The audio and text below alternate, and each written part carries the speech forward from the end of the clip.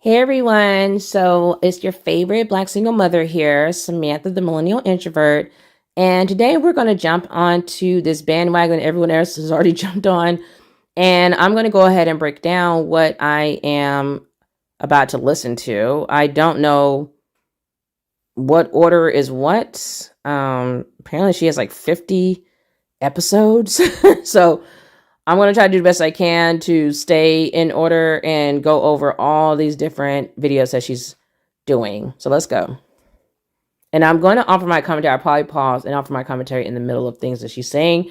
This is literally basically a reaction video because I'm listening to it for the first time right along with you all. Some of the videos I did see on other channels, but I nowhere near went through the whole 50 segment of videos. So let's do it. Please excuse the hair, but...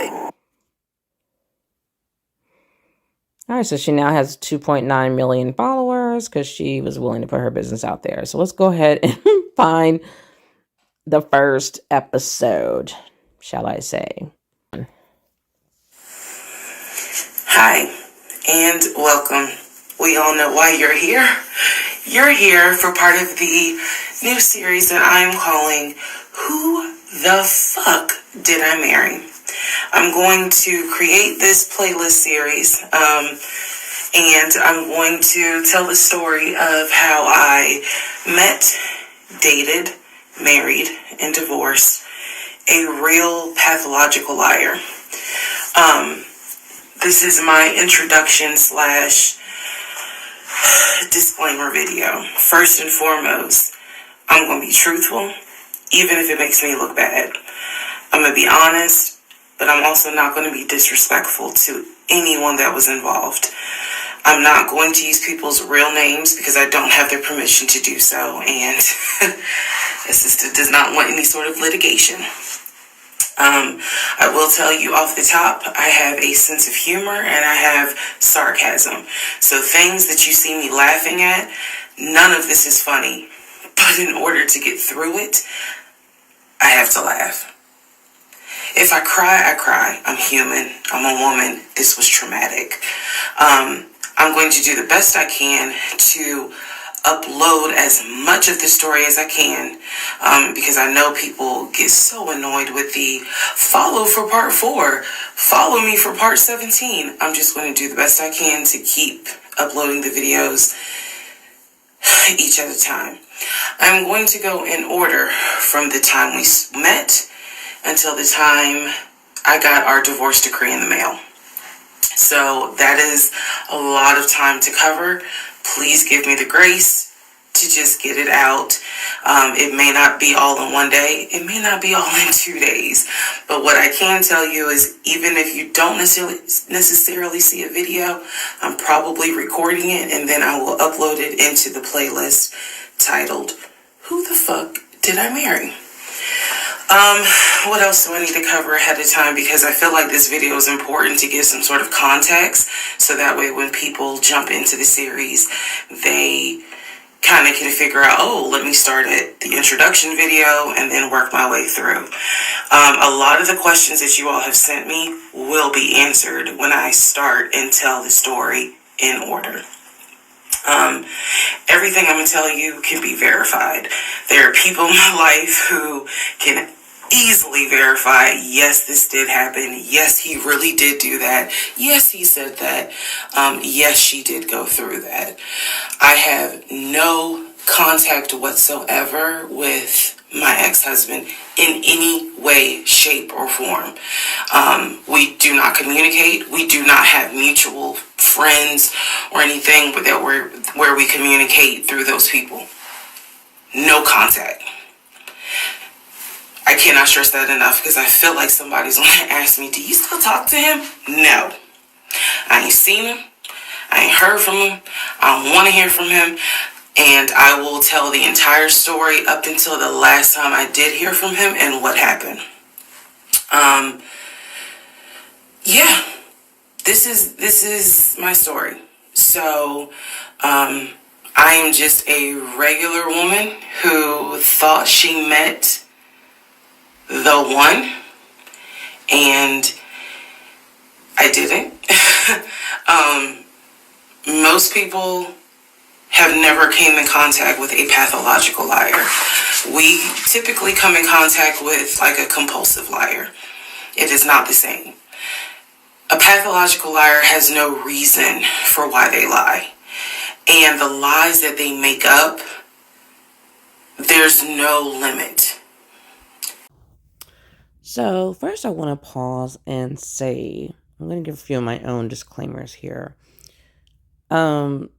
She's a bit long-winded, so I might be skipping through some parts. I'm trying to share as much of the video as possible for authenticity of her story. The next thing I want to say is that she knew this man was not the one. If there are a bunch of red flags and you catch people in lies, that is not the one. I could see you thinking this is the one in the beginning and thinking this is who God sent you to be with in the beginning. But once you start catching that demon in lies after lie after lie after lie, like, you know this is not the one. God would not send you someone who is lying to you, mistreating you, so on and so forth. I mean, unless he's a karmic. But like, if you're saying like this is the one that you felt God is sent to you to be with, to marry, and spend the rest of your life with, he's not going to be a pathological liar. He's not going to be lying to you. I also want to give a quick disclaimer. I didn't know if I should tell you all this at the end or at the beginning, but she said something she said that made me realize, or maybe want to just disclose that all of this happened in 1 year. So just keep that in mind as you're watching all the episodes of her series of Who the F Did I Marry? All of it happened in 1 year. Okay, let's go. To the lie. I was once a psychology major in undergrad. I didn't graduate with a psychology degree, but I'm very comfortable saying that he was a pathological liar. He was a narcissist. And yes, there was some in my opinion, mental health issues going on. Pathological lying part, absolutely. So I want to preface all this by saying, you're going to probably think, what in the world? There's no way this happened. Everything you're going to hear me say actually did happen. I never thought I was going to be in some sort of Lifetime movie, but I was. So, I will read the comments as best I can. Like I said, I think if you allow me to tell the whole story, things will be answered. This was a fucking crazy ride. And if you think it's crazy, imagine how I feel as the person who lived it and had no idea what I was dealing with. I thought I knew, but I truly had no idea who the fuck I married. Okay, so let's pause again. She knew who she married. By the time she married this man, she had caught him in so many lies that most women, I hope, would have left by then. She doesn't have any children at all. She has no children with him at all. And you'll see more details as the story goes on about the children. But she has no children with him, didn't have children when she met him, didn't have children anywhere. And she did not marry him until near the end of the year that she met him. So just remember that. She knew who she was marrying, and she explains why she did it. So I call bullshit on that line right there. She knew she was marrying. She knew. Of who the fuck did I marry? So I met my ex-husband around March 4th of 2020. We met on Facebook dating site, and we also matched on Hinge. I have to say off the bat, Facebook dating is awful. I was on there for like 2 days. I couldn't. I don't know why. The vibe was so bad with the guys. Like all of them wanted to get married. I was actually in a polyamory phase, and I was like, I want to do polyamory and try it out because I wasn't really trying to like be in anything too serious, but wanted the companionship, wanted the love, and just wanted to like kind of like have fun because I had just got out of like my own bad narcissistic 7-year relationship. And a lot of the guys were older, kind of hit the wall, wanting to, and one thing I just remember, they really were like wanted to get married. Like yesterday, they all wanted to be married and wanted to get married. They were all looking for marriage. It was weird because I remember being the last time I was really in the dating field. Most of the guys just wanted to like do casual friends first, like taking their time because I was younger, so I'm dating younger guys. So it was really strange to see these older guys like, I want to be married, I want to be married, I want to be married. And I'm like, absolutely not. So that's the atmosphere of Facebook dating. And that's, yeah, I'm not really on a lot of dating apps. Like I tried to do it, but it just really gives me a nauseous feeling. Like I just don't like it. I can't explain. I'm just not. I think I'm more picky as an older person. So I'm just not as open as I used to be. I'm not as footloose and carefree. I know too much. So it's just something I'm not really trying to do. So yeah, just wanted to throw that in there real quick. I did not realize that he was on both under two different names. So one was his actual name, and the other one was a variation, like a nickname that he called himself. Different pictures. So it was a running joke between us. Oh, you ain't even recognized that you had matched with me on Hinge. No, I didn't. And also, that should have been a red flag. By the way, you will notice. So this is interesting and shows how women vet differently. I can't understand how. Okay, so her statement was confusing. So she said she saw there were a lot of red flags. She ignored them, and you would have thought she was colorblind because she was just ignoring all these red flags. I wouldn't say she ignored them if she's saying she was colorblind. It's more like you just didn't see the red flags. But I think that there were so many that at some point she was seeing them, and then she was starting to ignore them because sometimes when people are in relationships, they start to think, well, I put this much time into it, or I spent this much money on this person, or they'll think of all these different reasons. I need to have kids now, my window's closing, or I need somewhere to stay. It could be just whatever reason that people are ignoring red flags. Um, but one thing I give her is that at least she's honest that she did ignore, but I feel like she began to ignore. Like at first, she may have not seen the red flags if she's in something and she doesn't really know what it is.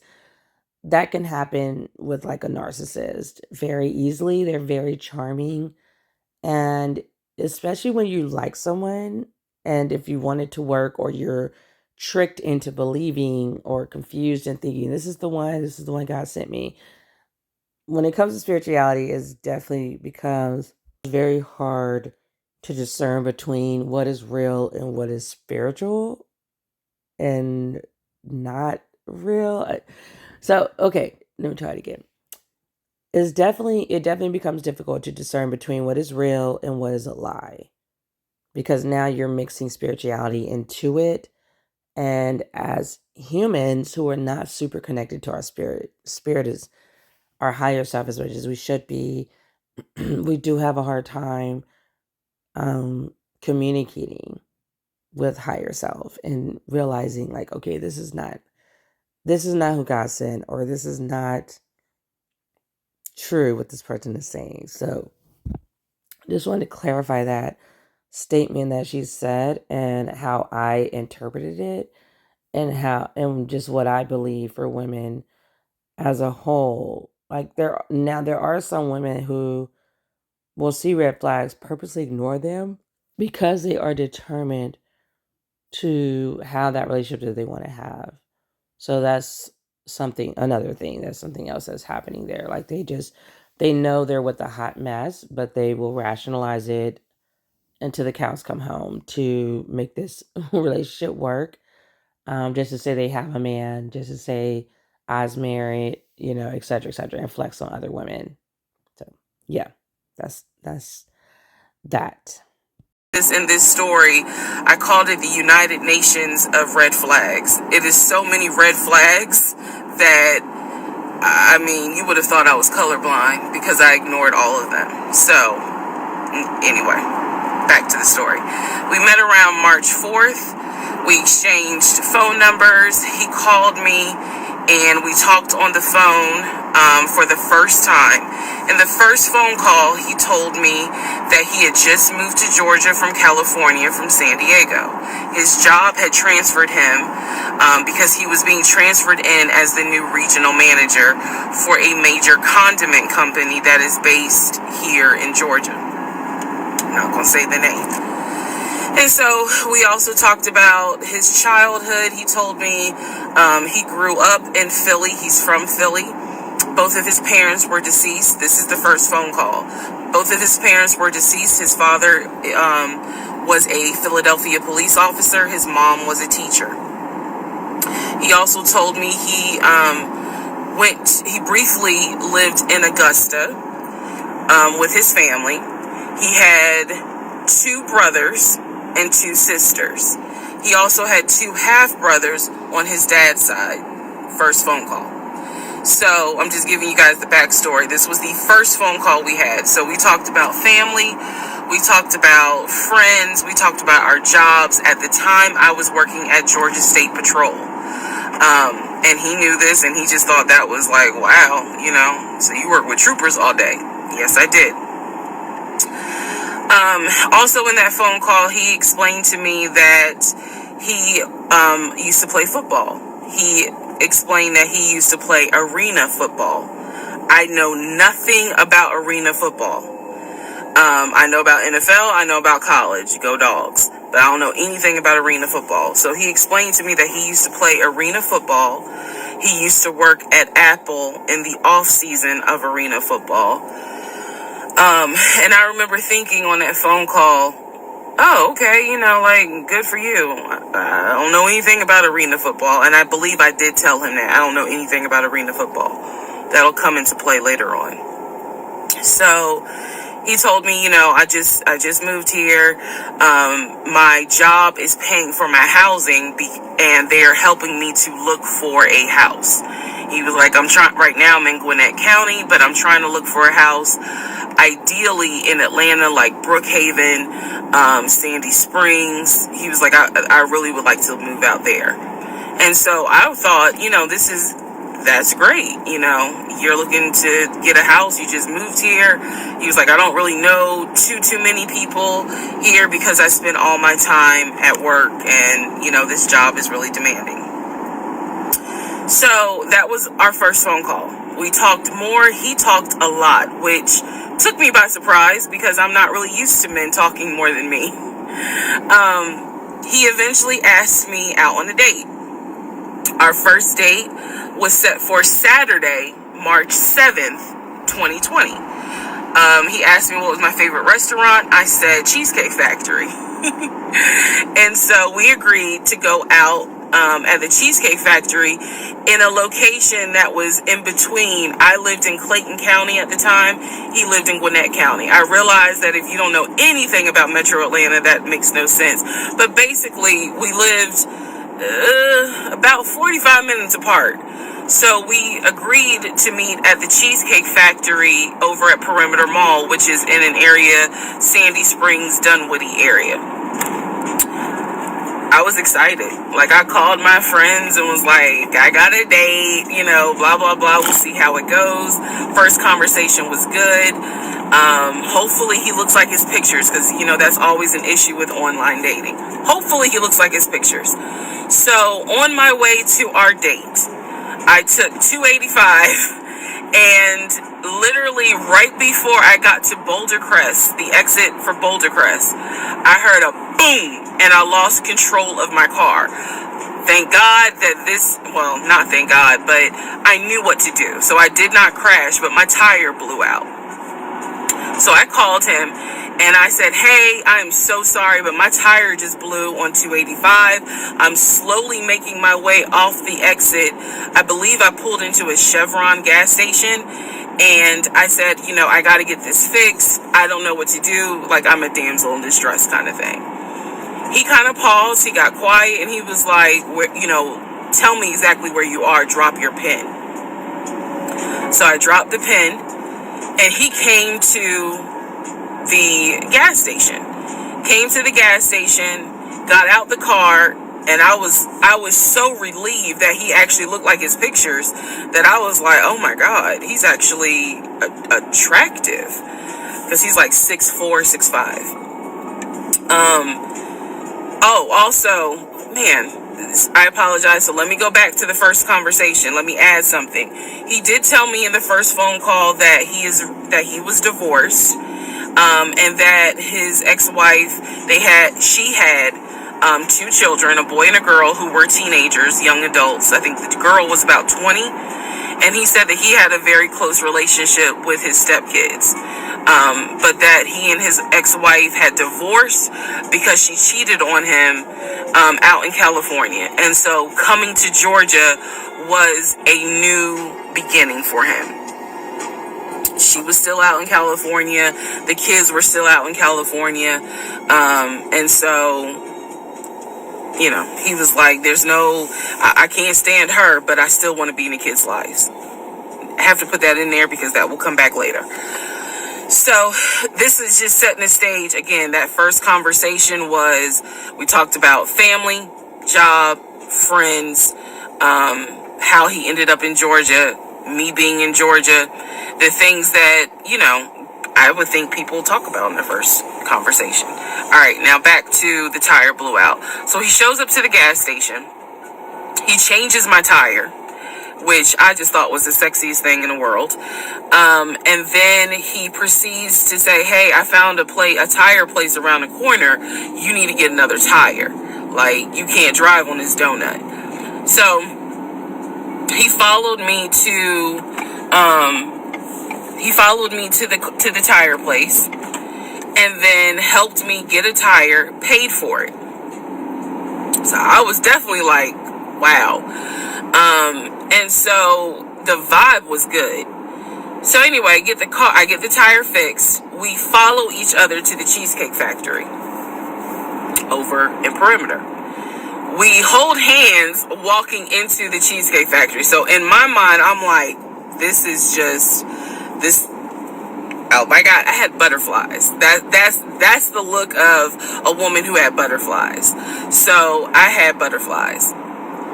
And we go in, there's a long wait, and so we sit outside and we just talk. And so let me stop right there. I couldn't say outright that I would say these are any red flags that I would have identified, but looking at this, I would definitely say there was like some love bombing going on, because he's already like playing the hero. He doesn't even know her. So that was, to me, that's my first little spidey senses going up, is you're willing to pay for a tire and you don't even know me. Like, we haven't even had an official date yet. I would put that in the category of love bombing, like just already doing the most. And I want to look at the definition really quickly just to make sure I'm not doing too much. But I just feel like that's problematic. I don't like guys paying for me because then I feel like I owe them something. So I'm not sure I would have allowed that, like, to be like him paying that already. Like, you don't know me. Hold on one second.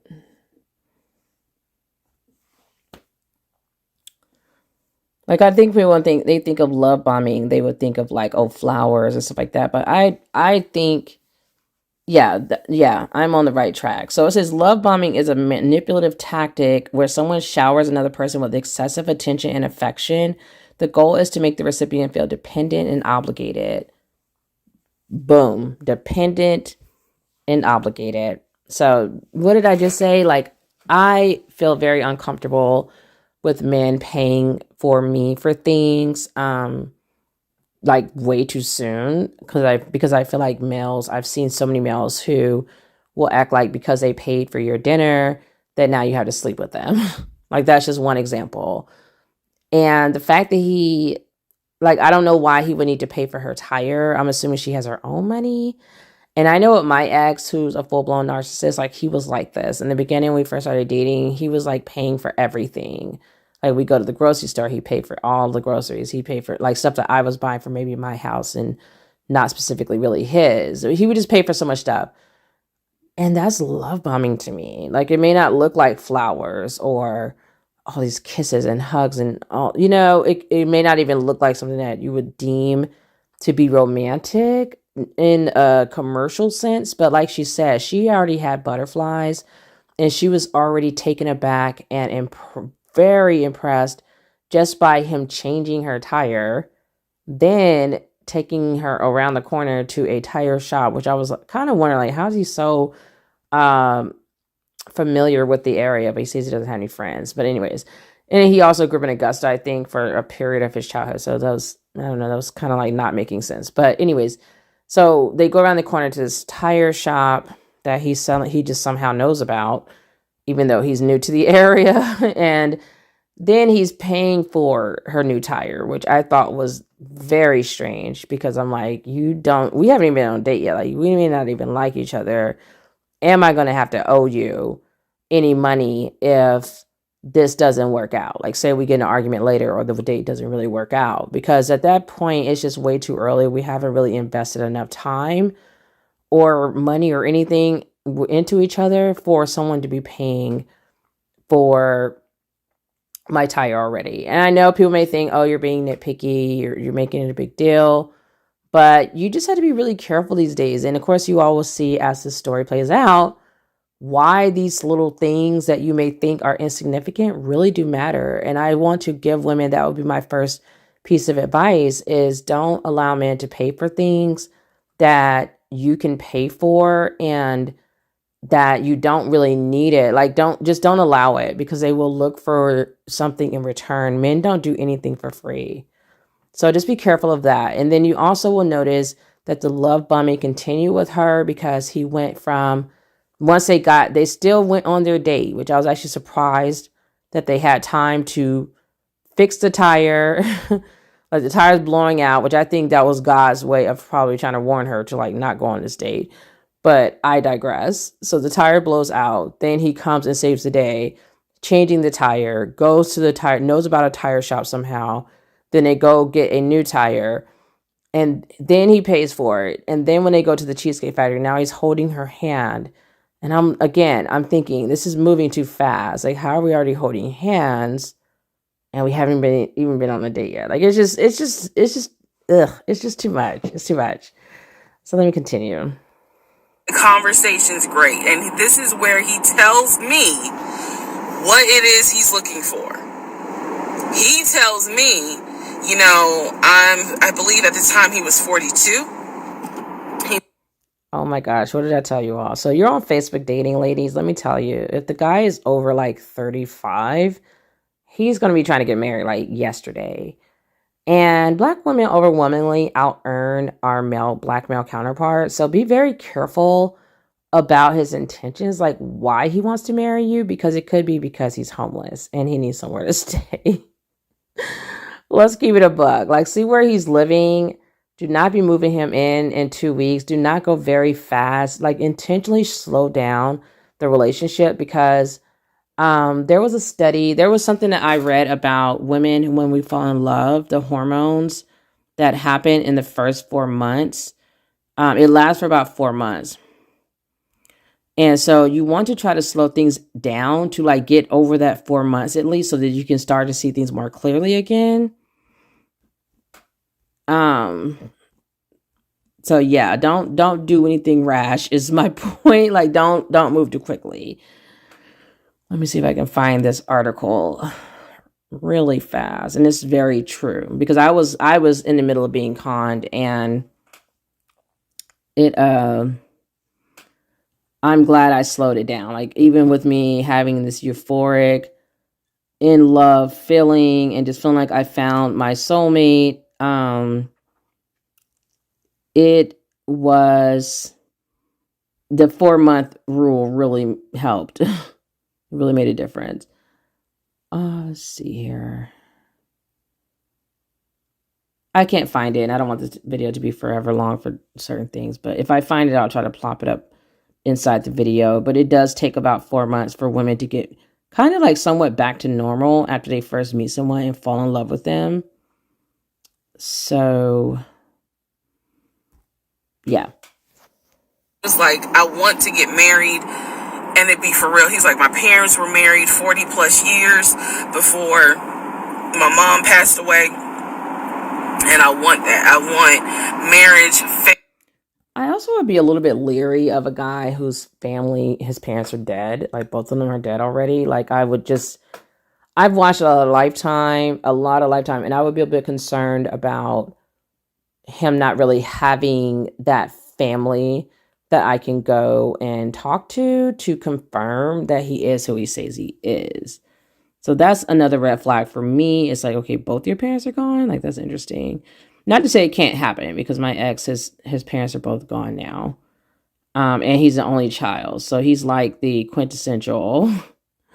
He's like in a perfect situation for like basically conning women because he really has no one that they can like try to go to basically like validate things that he has said, unless they found like his exes, like me, for instance. Then yeah. Family, a house, like that is what I want. He's like, I'm as a man, I'm ready to get married, but I want it to be for real because the first time, it really hurt me when she cheated on me. So he's telling me everything that I wanted to hear. And so he was like, what is it that you want? And I said pretty much the same thing. I was like, I'm ready to get married, definitely want to have a family, and I want to marry my best friend. So we both put on the table that we wanted marriage. And this is the end of part 1. Please. All right. Who the fuck did I marry? Part 2. So we both put on the table what it is that we wanted. We both had established we were dating for marriage. We were not dating just to date. We were not trying to be friends with benefits and none of that. So the dinner at Cheesecake Factory went really well. We laughed, we joked, we talked about people. Okay, so I just found it. I was looking for it in the background. So they said, according to BetterHelp, research suggests that the effects of dopamine, which is known as the love hormone, fades after about 6 months to a year after developing feelings of romance. However, studies have estimated that the euphoric stage of a relationship can last 6 months to 2 years. Hold on 1 second.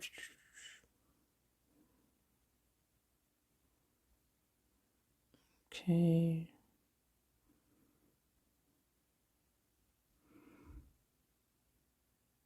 Yeah, I'm kind of surprised he said 6 months. I thought it was 4 months. But yeah, so basically try to give it at least... Okay, here it is. So they're saying, according to medical news today, falling in love typically takes a few months with an average of 3 to 4 months. However, there is no set timeline for falling in love. Some people feel instant attraction at first sight, while others may take months to form a deep connection. That's kind of like not what I was looking for.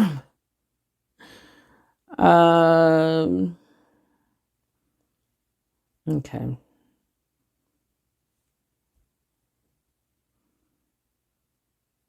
Okay. Which is kind of up my alley, my sense of humor. It was a good vibe. So at the end of the day, So what I want to say also is this guy knows this woman is desperate for marriage. Males know this. And they know exactly what to say to women. They know most women are going to swoon at just the hint of the M word. So for him to bring that right back out, to bring that out the gate, like, I want to be married, I want the perfect marriage. My parents were married for 40 some years, which you can't verify because they're both, um, coincidentally dead. But yeah, I think any woman would be like, oh my gosh, like, a man who wants to settle down, because of course media will tell us, and Hollywood will tell us how much men just do not want to settle down. It's really hard to get them to pin them down and get them to be faithful and to be with one woman for the rest of their lives and commit to us. So of course, this to me is another an additional, like, the next step in the love bombing phase of him, like, saying exactly what he knows she wants to hear, and just essentially making her fall more and more in love with him. Because what woman is going to not fall in love with a man who's saying, you're the one, I want to get married? Because at this point he's met her, he sees what she looks like, they've already been talking on the phone. So this is like further acceptance of her from him. It's further validation of her from him. And he knows this. Men know they have this power, and they play us like a fiddle with it. So again, ladies, like I said, be very careful. They can be saying all the right things, but to me, if you want to marry me and you think I'm the one, then what should there really be a rush for? Because we're going to be married for the rest of our lives, right? So what's the hurt in waiting 4 months or something to, like, really take this to the next level? At the end of dinner, we sat in his car and he played this song for me by John Legend. I don't know the name of the song. By the time this video posts, I will put the name at the bottom. I can't remember the song. I just remember that John Legend was talking about, I think I met my wife tonight. More love bombing.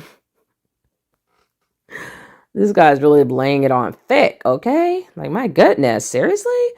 That's another thing, women, you need to pay attention to, is things moving way too fast. Like, he doesn't even know her. How is he already saying, I think I met my wife? And I thought it was a sign. So I was like, oh my God. So anyway, we ended up sitting in the car talking just about life and experiences until about midnight. So during this conversation, he again is telling me how it was, what it was like living in California, how he went out there, he went to San Diego State, he played football for San Diego State. He talked about how, life, he loved it out there, so he stayed. That's when he joined the company. And then he explained that he also did arena football, but only did it for about 2 or 3 years. He claims that while he was doing arena football, the team that he was on won a championship.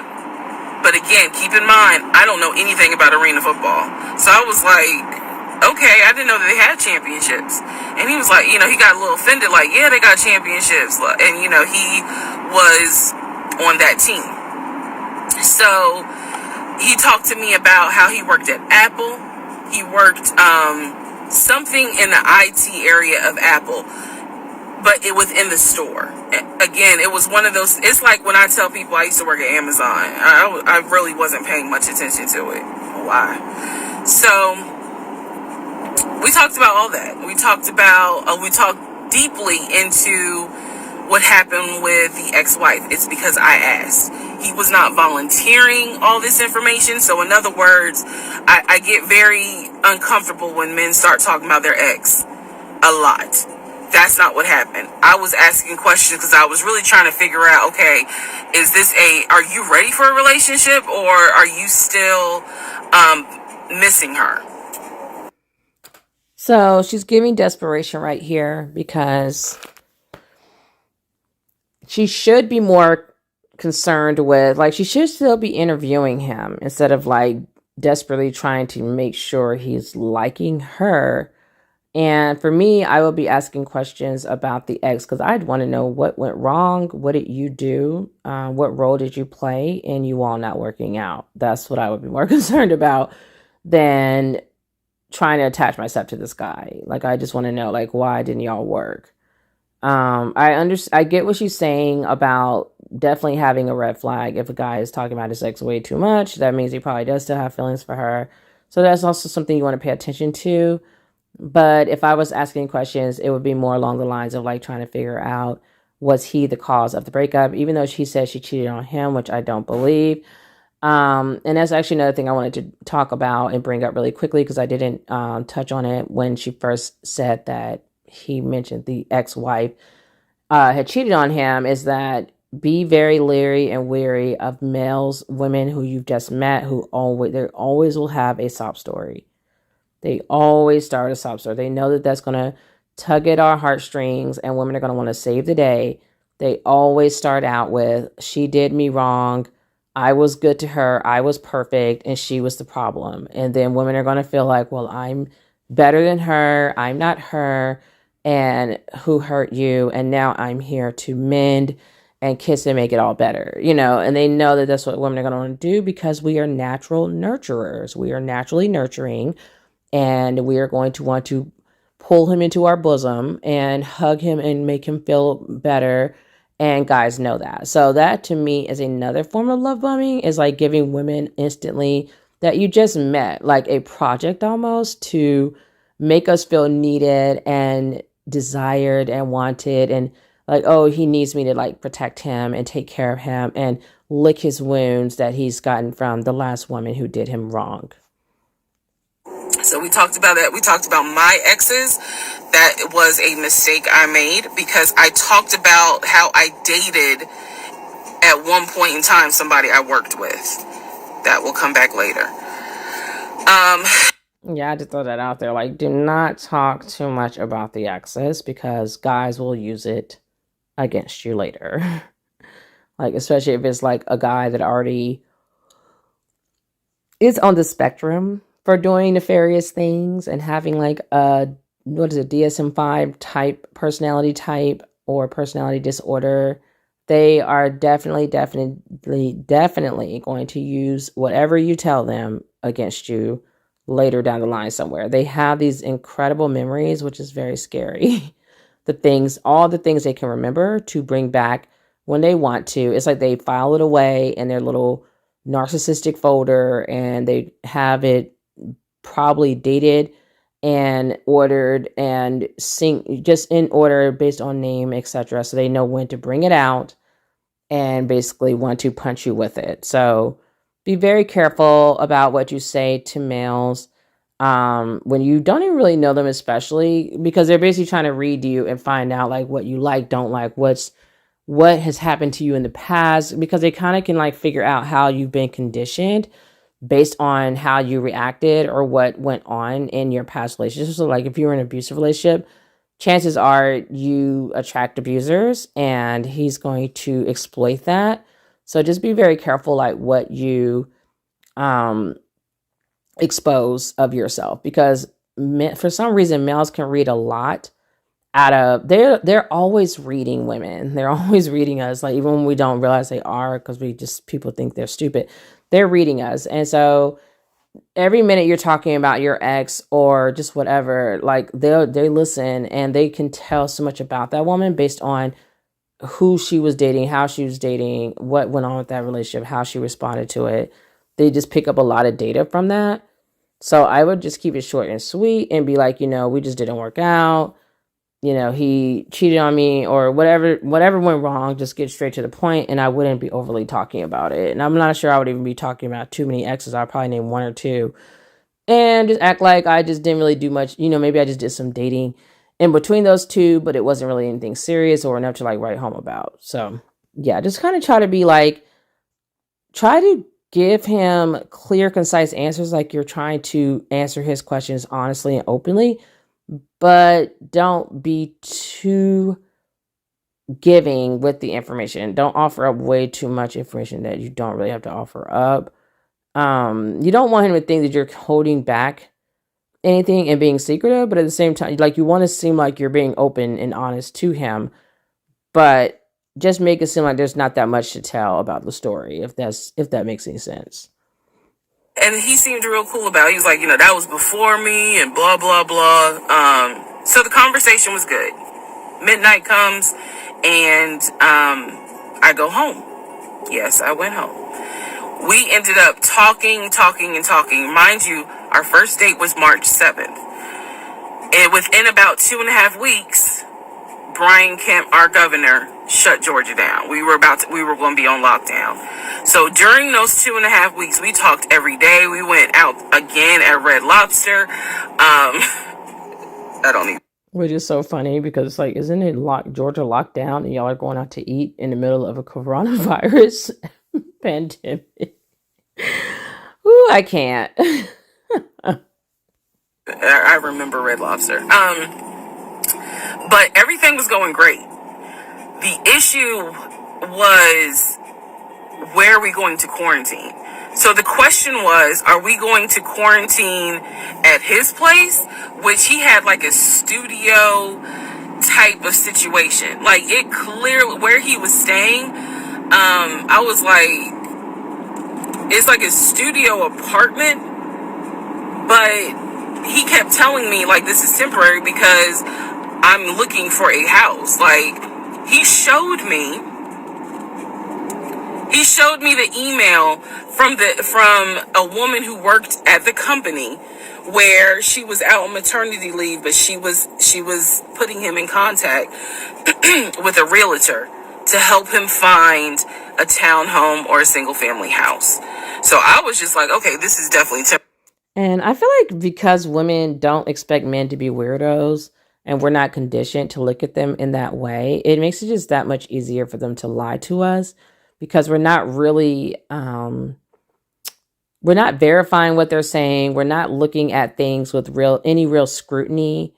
We're not really paying much attention to the details. We're not being very detail oriented, might I say. So she may have even like just glanced at the email like, oh, okay, because we also want to foster this air of trust around the relationship so that the relationship could be stronger.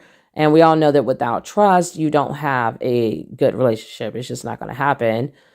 And so with all that being said, and guys know this as well, he literally could have put anything in that email and she would have believed it. Especially this early in the relationship, is under the 4-month mark.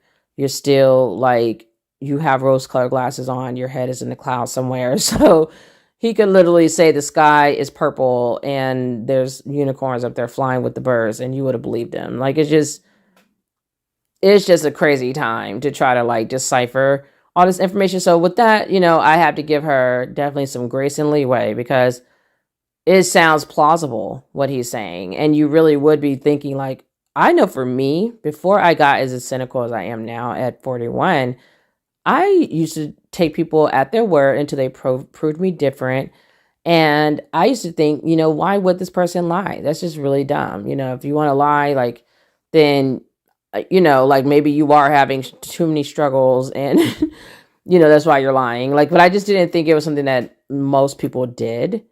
And so I was blessed that I really didn't go through too many traumatic things because I was like really trusting for a long time. Like as I was getting older. Actually, I still could say I am a bit trusting, but not nearly as trusting as I used to be. Like, I definitely am like, even though I believe this person, I'm going to still force myself to do background checks and look into this situation. Like, he's not trying to stay here long term. And she was apologizing in the email. I'm so sorry, this should have been taken care of before you got here, but it wasn't. I saw the email. I wish she would have like looked at the date of the email and like even maybe the email address, because I would be wondering like why. I'm like looking back now on her story, and I'm because I know I saw like the end of it for the most part, but I'm just like, I would be wondering when that email was sent. Like, when did he have time to write this email? Is it old? Is it something that he shows to all the ladies as part of his story? Because at some point, these con artists are basically on a script. Like, they're like an actor in a play or in a movie, and you are their co-star, but you just don't know it. And they are literally like reading a script that they have memorized. So I am curious to know if she ever saw the date on that email, like how old was the email and who sent it? Like, did he go to the trouble of creating a whole nother email address just to act like it came from another person? And when he did, was that email address with the quote unquote company, or was it like at gmail.com? So those are things I would be like curious about. The email. I read it. I read the email. So the decision was, we're going to quarantine at the studio, or we're going to quarantine in my house? First mistake I made. Well, there's a lot, but this was a mistake I made. So ladies, caution moment. During one of our dates, because keep in mind, in those 2 weeks, we were seeing each other quite a bit. Nothing physical or anything like that. Just two people who I thought were really on some. All right, let's see if this is going to grow into something. He came to my house. When he came to my house, I had a 3-bedroom, 2.5 bath townhome. He was in his studio. Now, I'm telling you guys all of this in order of how it happened. So some things I'm probably going to insert what I was thinking and the mistake I made. Can I turn this off? No. Okay, still need that. And I say that to say that I did not realize inviting him to my home probably made his eyes go, oh shit, she's a keeper. She got this 3. Yep, she showed him where she lived. Maybe that's something women want to take note of, is let's look at your house first. This is where we are, y'all. Like, this is sad, but this is our new reality. You know, the tables have turned and women are making more than men now, and you're not going to be able to be as naive, because I really do think that Black males especially, but it could be men of any race or ethnicity, that are definitely exploiting women to come up off women. Like, they're marrying women and then getting divorces and asking for alimony and child support and a whole shebang, even when they don't even have biological kids together with you. Like Mary J. Blige, her ex-husband, Kendu Isaacs, actually asked for child support for like kids he had with another woman before he married Mary J. Blige. Make that make sense? So yeah, I definitely feel like they look at us as a lick to be suckered, and as Cynthia G would say, and I think they look at us as definitely like a mark, you know. And it's like, you had to be really careful about that. Like, I don't know what I would have done, because it's like, okay, it is an entire pandemic, but does he really need to be living with you? Because are y'all just like not ever going to leave the house? Because it seemed like they were still kind of going out into the public and doing things. So I really wasn't sure why they needed to quarantine in one or the other's house, or why does it always have to be my house? Like, I would definitely have wanted to see, like, where does he live, to see if the things he was saying was true. Bedroom, 2.5 bath townhouse, and I'm in like a little studio. Yeah, let me go ahead and pursue this. What I need to do to quarantine here. The decision was made, quarantine at my house. So the state went on lockdown. He came and stayed with me in my home, and for the most part, in the initial beginning, it was fine. It was fine. The reason why I hesitate is because I grew up in the church. So for me, it was really like an internal struggle of, bruh, you always said you would never live with a guy unless he was your husband. And now you living with a dude and he ain't your husband. Like, it was a struggle for me, because I knew better. And don't come for me. I'm just telling you the way I grew up. It was like that. It was not sitting right with me. But at the same time. So you all know I hate religion. So those are her values. So I'm going to respect it and keep my comments to myself. And also, technically, he's not living with her. They're just quarantining together because they were in some special circumstances. I mean, we were in the middle of an entire pandemic that nobody understood, and people were like dying left and right. So I can understand, you know, if they're going to be working from home, because a lot of people ended up being allowed to work from home as well. and you're really not going out like that, you're definitely going to want to probably quarantine with this person that you're not married to, obviously, because if you're married, of course, you're going to be both living in the same house already, or if you're already living together, etc. But like if there's someone you really like and you want to spend time together, but you don't want to get sick, I think that would have been a typical next step is choosing someone's one of the two homes to stay at. So I can't say that I'm judging her on this at all because of the special circumstances of it being an entire coronavirus. But I think in a typical environment, obviously you're not moving in with me in 2 weeks. We're just not doing that. I didn't want to quarantine by myself. I did not want to. So there we go. And so this also lends itself to my argument that I already talked to people about is like the loneliness that people have when they don't have children. Because I actually was loving the quarantine time because I had my 5 sons with me. I was enjoying having them all under one roof because, of course, I had my ex-husband and then I had my fiance who I was still with at the time, who was getting my last nerve. But anyways, I couldn't have been happier because my older sons were like teenagers and they were always kind of like back and forth between my house and their dad's house. And he lived in a whole nother state. I mean, it was Virginia. It wasn't like super far away, but it was far enough for me being a mommy. And then, or like being their mother, you can't explain it, but the distance is like, I'm going to die. And then, I mean, we just watched movies. We ate food like their dad, my ex-husband and my fiance. They were bringing, fiance at the time, they were bringing like so much stuff to the house, like stocking us up on water and tissue and food. And it was so much fun, you all. Like, I loved it. I really didn't want it to ever end because I am a germaphobe and I'm an introvert. And I just didn't want to. I love cuddling up with my kids. It was just a blast. Like, I didn't miss anything. And that is another perk to why people have children and are okay with risking the chance that the relationship may not work out because children are just so valuable to us. Like, they're just such an asset to our lives. And, people genuinely love children. Like, there are people out there, I know it's hard to believe because we're in the end of times, but people really do genuinely love children and just really cannot imagine their life without that part of their life happening, like them having children, whether they adopt, have them biologically, naturally, IVF, surrogacy, I don't care how you do it. When you want kids, and it just has to happen. And this is probably why you don't want to be alone. You want to have a family. You want to have that warmth and those memories and that happiness. And so, yeah, she probably would have been less desperate and had him in her house quarantining with her if she already had children.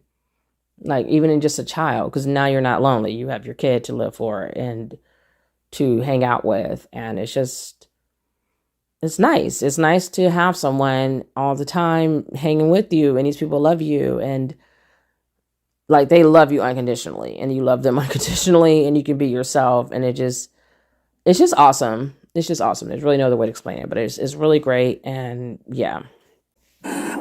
So he moved in. We talked about the bills. Let me clear something up that I said in the other video where I said he paid all the bills.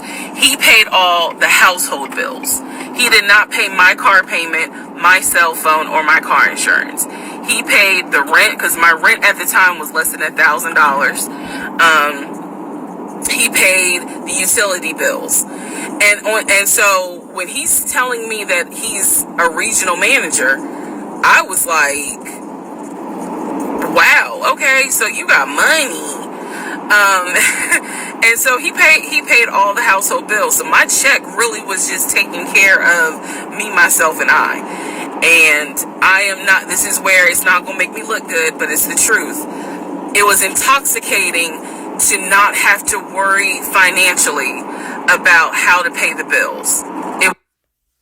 So as a Black woman, we're usually not socialized to marry a man of means, but I think that it does not make her look bad to want to be taken care of. Every other woman of every other race and ethnicity is groomed to look for a husband who's going to be a protector and a provider. And I think it should have been intoxicating. That's natural and normal to expect your male partner to protect and provide for you, because this goes back to ancient times, since the beginning of time, when women go on to get pregnant and then we are the ones who nurture and raise the children. And when you're pregnant, you're usually in a way where you really can't work, so on and so forth. The man will have to be the one that's working, because his body's not going through anything. And then once the babies come, somebody has to stay home with the baby, and mom's the one that literally has the food coming out of her breast. So for people who don't understand how this works, so it's like, why would dad be staying home with the child? Like, just like realistically. So I don't think it makes her look bad at all. It's like, yeah, of course. Like, I would say I'm surprised that he's already paying bills, and I would put this in under the category of love bombing as well, like the next step of it, because why are you paying bills and you don't really technically live here, and plus you still have your own studio still. So we're just dating and all that. Like, he could offer to help cover some of the bills, but again, I would be very uncomfortable, like someone trying to take care of me and we really haven't established a serious relationship or real serious commitment yet, because she hasn't said they have. They're just still kind of trying to see where everything goes, and it's only been like 2 weeks. So I would have been covering my own bills still. I wouldn't expect him to be doing that for me so early. So I think the red flag to me is like, why are you already paying my bills and you're not really technically even living here? So even with her saying like, oh, I have the religion stuff and I knew better and we're living together, but it's like, but you're not. Like, you're both kind of moving too fast. Like, he's just quarantining with you because you don't want to get COVID. You don't want to get sick. And that's just what that is. Like, he's basically just a visitor. He's just staying with you for an unforeseeable future, because we didn't know when COVID stuff was going to end and when things are going to open back up or any of that. But he hasn't really technically moved in with you. So to me, a lot of things are just feeling like they're moving way too fast. Like I said, I don't blame her because of the COVID stuff. I was terrified of it. I didn't know what it was. I was sitting up in the house with the kids. Like, I made sure my children's father knew, like, the kids are staying with me, because he wasn't really taking it seriously yet until later when they shut the whole world down. But I already like foresaw like everything happening, because women just have like a stronger intuition and like better foresight. And so I don't blame her for that, but I don't think I would feel comfortable him paying my bills right off the bat, like, unless I was starting to have money trouble, because once things got shut down, a lot of people did lose their jobs. Then I could see him helping out, but it's like, why are you already paying my bills when I still have a job, I'm capable of paying my own bills, you have your own bills, everything's still separate, because we're not even technically like, are they even together? It's like I said, like with the tire thing, you're already paying for my tire and you just met me. Like, we're not even boyfriend and girlfriend yet. And I'm assuming at this point, at this age, and as fast as their movie, that they're at least boyfriend and girlfriend by now, but that still doesn't constitute you paying my bills. Like, I don't know, I would just be uncomfortable with that. It was a wonderful feeling. And I want to clarify, I would be uncomfortable with it because it's too soon, but I don't think there's an issue whatsoever. I am the queen of hypergamy. Like, I will tout all day women marrying up, dating up, procreating up. Like, do not ever downgrade with guys. Guys are protectors and providers. It should absolutely be a huge turn on for women, because that's men handling men business, and that's what they're supposed to be doing. So I'm actually more disturbed that she felt like we would look at her in a negative light. And that goes to show how Black women are not conditioned to expect men to protect and provide, even though she just said she's all religion-y when it comes to him living in her house with her before they get married. The Bible also says men are meant to protect and provide. So Cynthia G again is right when she talks about how Black women are not really these Christians that they claim to be, because they don't follow the whole thing in the Bible. It's like, if you're going to be worried about living with the guy before you marry him, then you should also be expecting him to protect and provide. So why would we think negatively of you for being happy and enjoying that and expecting it? And because I would be more mad if you weren't protecting and providing, but I can, but like I said, it's just too early for me. But obviously, and when we got to that serious level of now we really are moving in together and moving forward our relationship, then yes, I would expect you to be paying for stuff. I would expect you to be the provider of myself and our family at some point. Kind of push to the side the fact that yeah, you shacking up because it's like, but your page, you don't have to worry right now. Like he's taking care of all of April's bills before April even comes because this was still March. So we're living together and I'm cooking, I'm cleaning, he's helping to cook and clean, and then we have a conversation about house. Is he still going to buy a house just for him, or is he going to buy a house where it's for us? Because it's too soon. It's too soon. I don't know. Pump the brakes. I would be uncomfortable. Like the alarms would be ringing. I mean, to me, they're at a point where it's still like just move like you were moving before we even met, and let things fall where they may. Like if he can go ahead and get his house. I wouldn't be inserting myself into it. I'm sorry. I just met you. We don't know what's going to happen in the near future. Let's just play it by ear. I would not have included myself with the house searching and all that. I just wouldn't have. She has a townhome. Like, what are we doing? Like, if things worked out, things became great in a year or so, then maybe we will have to sell this house or I would just sell my townhome and move in with you. I could say, okay, let's talk. I'll help you go look for houses, but I wouldn't expect to be like, I'm on the title as well and all that. Like, it's just going way too fast. Now, let me again make a caveat of that because I don't know how old she is. I know he said he was 42, but man, it feels like it's going really fast. Like, I know she wants to start a family and all that, but it's just, I'm getting the red flag. I'm uncomfortable. I don't like it. I think too, because I've been married before and I'm older, like I like to keep things separate until like we really need to be like merging stuff together. I'm keeping stuff separate. So I don't know. That's just me. You're going to try to make this thing work, be official, get married. The reason why I'm saying this is just such a big commitment to be making so soon. So why do I need to already be looking at houses with you? Like, that's such a big step. Take a break, ladies. Like I said, don't make any major decisions within the first 4 months of meeting a guy and like falling. Once you know you've fallen in love with this man, the clock starts ticking at that point. Then I will give 4 months before I make any big decisions with this person. Like, you could know him forever and then just one day realize, like, oh, I'm actually falling in love with this guy.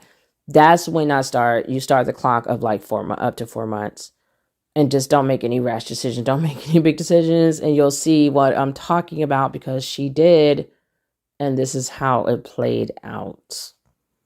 Have a family. So the question now on the table is, what are we going to do? Because I didn't want to stay in Riverdale, Georgia. I did not want to raise a family there. I refused to have a baby in Clayton County. So the decision was made. Let's start looking for a house for both of us. Remember, he was already looking for a house for him. But then he was like, you know what? We're together. I plan to marry you. Let's look for a family home for the two of us. And I want to say right here, red flag. He's just saying all the right things. He's saying all the right things. It's moving too fast. He's saying all the right things. Fairy tales are not real, ladies, okay?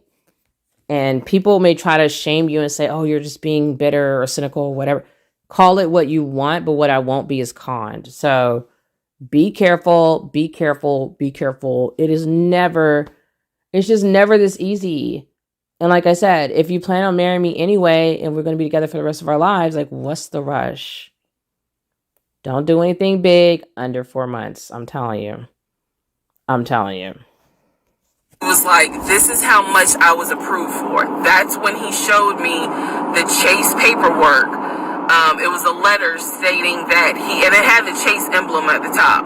He showed me a letter stating that he was approved for 700. All right, who the fuck did I marry? Part 2. So we both put. Okay, so I'm going to stop there, take a break, and then go create the next video with the next parts of her series. And I also have to stop and get something to eat. So I will be back soon. Make sure to like, share, and subscribe, and I'll see you all in the next video.